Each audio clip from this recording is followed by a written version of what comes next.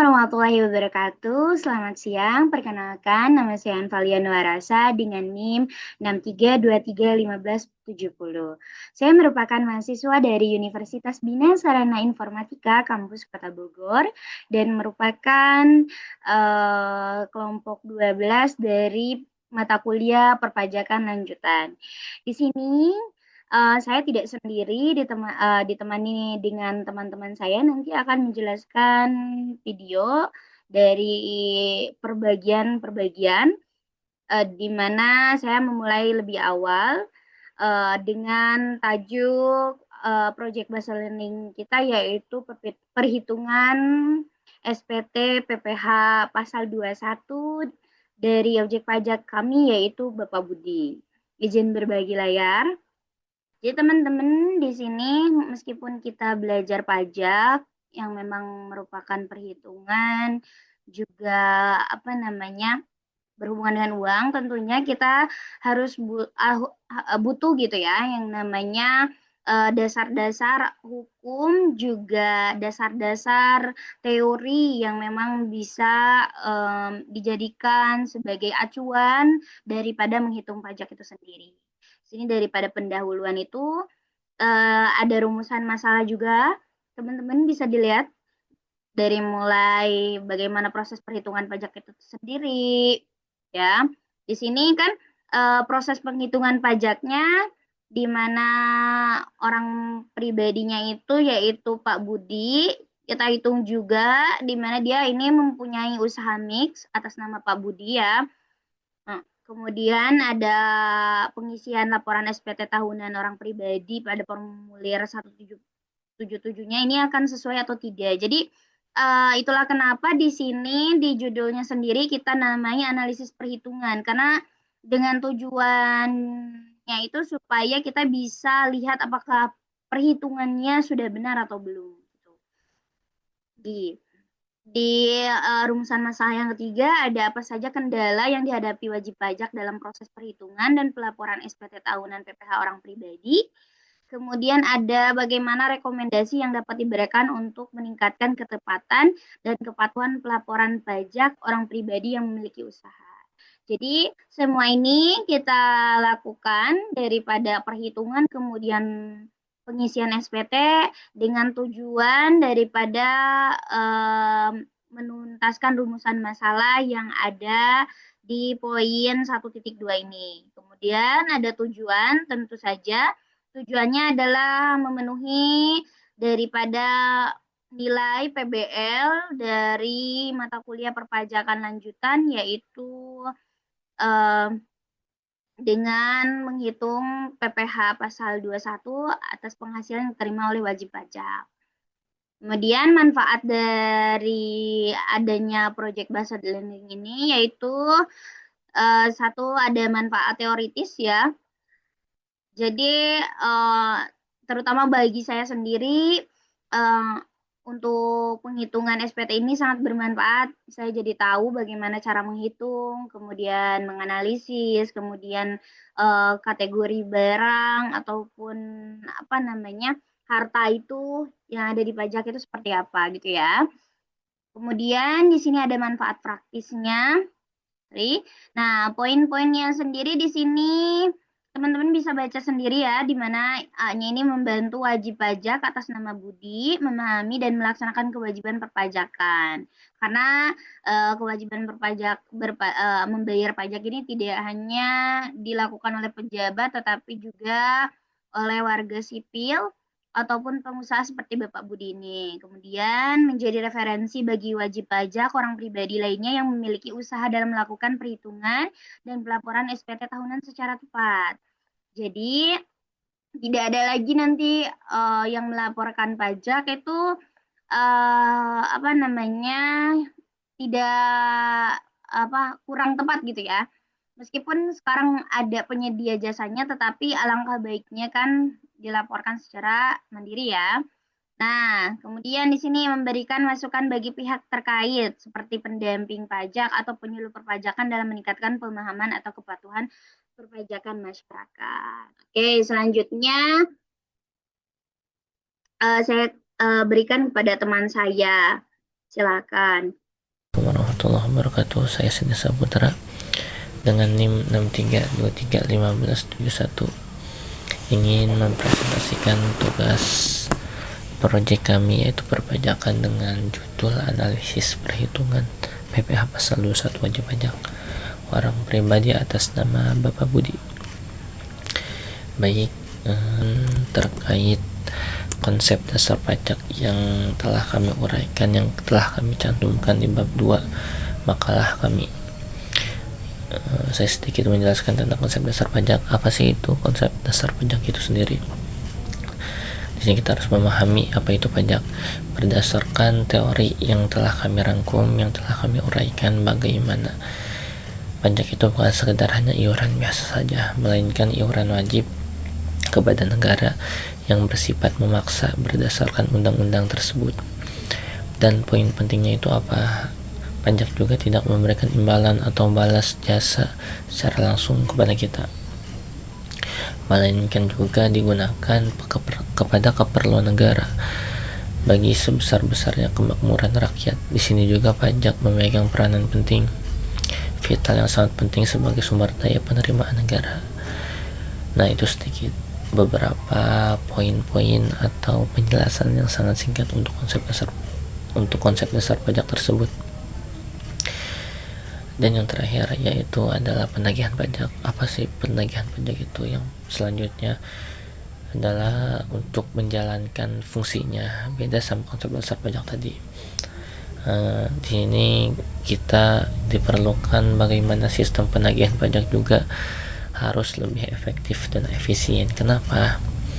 Nah, karena dasar hukum tersebut harus lebih kuat dan dilakukan secara teratur.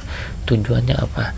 Jelas di sini sudah memastikan bahwa setiap rupiah pajak, baik itu pusat maupun daerah, dapat terkumpul secara optimal demi membiayai fasilitas publik dan pembangunan daerah yang terus berkelanjutan. Mungkin seperti itu beberapa poin-poin atau penyampaian sedikit tentang bagaimana pengertian pajak untuk di bab 2, karena di bab 2 ini kita mencantumkan teori-teori yang telah disampaikan di jurnal umum, dan kita hanya mengutip dan sedikit memparafrasekan kalimat tersebut, tidak banyak, dan kita hanya membuat bagaimana apa yang kita cantumkan itu sudah lebih kuat dan akurat di jurnal yang telah kami carikan. Mungkin seperti itu presentasi dari saya, kurang lebihnya mohon dimaafkan. Wabillahi taufiq wal hidayah, wal afu minkum. Assalamualaikum warahmatullahi wabarakatuh. Bye bye. Pada bab 3, saya akan membahas pembahasan yang difokuskan pada dua bagian, yaitu data pajak dan perhitungan pajak atas nama Bapak Budi. Pada bagian 3.1, data pajak, kami memaparkan identitas wajib pajak secara lengkap, mulai dari nama, NPWP, alamat, jenis usaha, KLU, status keluarga, hingga besaran PTKP yang digunakan. Bapak Budi merupakan wajib pajak orang pribadi dengan status kawin dan tanggungan 2 orang, sehingga PTKP yang digunakan sebesar 67.500.000. Selain itu, Bapak Budi memiliki beberapa sumber penghasilan, baik dari usaha dagang, pekerjaan sebagai karyawan di PT Telkom, sewa kontrakan, maupun hadiah lomba. Selanjutnya, pada bagian perhitungan, kami melakukan pengelompokan penghasilan berdasarkan ketentuan perpajakan, yaitu penghasilan yang bersifat final dan tidak final. Penghasilan final meliputi penghasilan usaha yang dikenakan PPh final, serta penghasilan dari sewa kontrakan. Sementara itu, penghasilan tidak final berasal dari penghasilan sebagai karyawan dan hadiah lomba. Penghasilan tidak final tersebut dijumlahkan kemudian dikurangi dengan PTKP untuk memperoleh penghasilan kena pajak. Setelah itu, perhitungan pajak penghasilan dilakukan menggunakan tarif progresif pajak penghasilan orang pribadi. Dari hasil perhitungan dan kreditan pajak yang telah dipotong, diperoleh besaran pajak terutang yang menjadi dasar penentuan pajak kurang atau lebih bayar. Selanjutnya di sini saya akan menyampaikan SPT tahunan PPh wajib pajak orang pribadi tahun pajak 2025 bulan 01 tahun 2023 sampai dengan bulan 12 tahun 2023. Di sini ditandai ya di bagian pencatatan. Lalu identitas NPWP 072355679429000. Nama wajib pajak Bapak Budi. Jenis usaha atau pekerjaan bebas pedagang LU 95600. Nomor telepon 0812 2040 288. Status kewajiban perpajakan suami istri di sini sudah ditandai di bagian angka. Selanjutnya ada penghasilan neto. Penghasilan neto dalam negeri sehubungan dengan kerjaan yaitu Rp 300 juta rupiah. Selanjutnya penghasilan neto dalam negeri lainnya Rp 100 juta rupiah. Selanjutnya jumlah penghasilan neto Rp 400 juta rupiah. Dan jumlah penghasilan neto setelah pengurangan zakat atau sumbangan keagamaan yang sifatnya wajib Rp 400 juta rupiah. Selanjutnya ada penghasilan kena pajak. Jumlah penghasilan neto setelah kompensasi kerugian yaitu Rp 400 juta rupiah. Penghasilan tidak kena pajak di sini sudah diisi ya di bagian K. Itu Rp 67 juta 500.000 rupiah. Selanjutnya penghasilan kena pajak. Di sini ada 332 juta 500 rupiah. 500.000 rupiah. Selanjutnya ada PPh terutang. PPh terutang tarif pasal 17 UU PPh dikali angka 11 yaitu Rp 52 juta 125.000. Rp 52 juta 125.000. Selanjutnya ada kredit pajak. PPh yang dipotong atau dipungut oleh pihak lain, PPh yang dibayar atau dipotong di luar negeri, dan PPh ditanggung pemerintah itu Rp 31.475.000. Selanjutnya ada PPh yang harus dibayar sendiri, bukan ditandai ya, Rp 20.650.000. Baik, itulah uraian dari teman saya. Terima kasih sebelumnya. Selanjutnya, saya akan menjelaskan tentang kesimpulan. Dari penjelasan sebelumnya dapat disimpulkan bahwasannya PPh pasal 21 dan tahunan orang pribadi formulir 170 atas nama Bapak Budi ini dapat ditarik beberapa kesimpulan sebagai berikut. 1. Bapak Budi merupakan wajib pajak pribadi yang memiliki berbagai sumber penghasilan.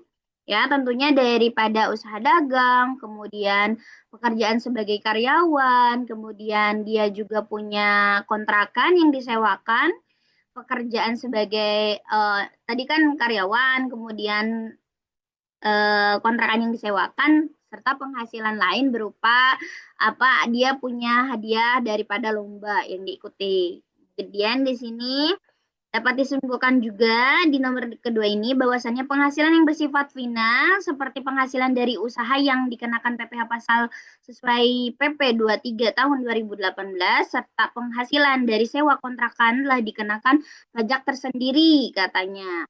Selanjutnya, penghasilan tidak final yang berasal dari pekerjaan dan hadiah lomba digabungkan dalam penghitungan penghasilan neto. Tentu, kenapa? Karena neto ini bersihnya ya, hadiah lomba biasanya sudah dipotong pajak oleh pihak ketiga. Oke, kemudian dikurangi dengan penghasilan tidak kena pajak atau PTKP-nya. Selanjutnya, di sini yang terakhir ada berdasarkan perhitungan pajak daripada OP-nya ini, ya objek pajak orang pribadinya ini dengan tarif progresif yang berlaku serta pengkreditan pajak yang telah dipotong oleh pihak pemberi kerja dan penyelenggara lomba. Diketahui Bapak Budi masih mengalami pajak kurang bayar. Jadi dari masalah itu bisa kita, tadi kan ada rumusan masalah ya, bisa ditarik kesimpulan bahwasannya ini sudah sesuai dengan perhitungan, tetapi di sini dia mengalami pajak kurang bayar sehingga memiliki kewajiban. Ya, jadi masih punya pajak terhutang ya sesuai dengan ketentuan perpajakan yang berlaku. Berarti dapat disimpulkan bahwasannya dari rumusan masalah yang sebelumnya perhitungannya sudah sesuai dengan peraturan atau ketentuan perpajakan yang sudah berlaku. Itu. Kemudian daripada sarannya ini untuk wajib pajak yaitu Bapak Budi diharapkan dapat meningkatkan pemahaman terhadap peraturan perpajakan. Karena melek daripada ilmu perpajakan ini sangat penting ya, teman-teman.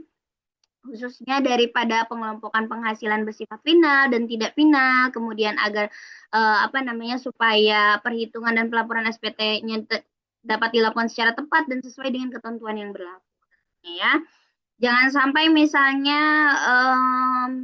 ada kesalahan ataupun ada hal-hal yang memang tidak mau yang tidak mau kita inginkan gitu ya. Selanjutnya di poin kedua ada bagi aparat atau pendamping perpajakan disarankan untuk meningkatkan kegiatan sosialisasi dan pendampingan kepada wajib pajak orang pribadi yang memiliki usaha dan sumber penghasilan yang beragam. Tentunya ya biasanya kalau misalnya dari kecamatan atau dari kelurahan biasanya ada pendampingan bayar pajak ya.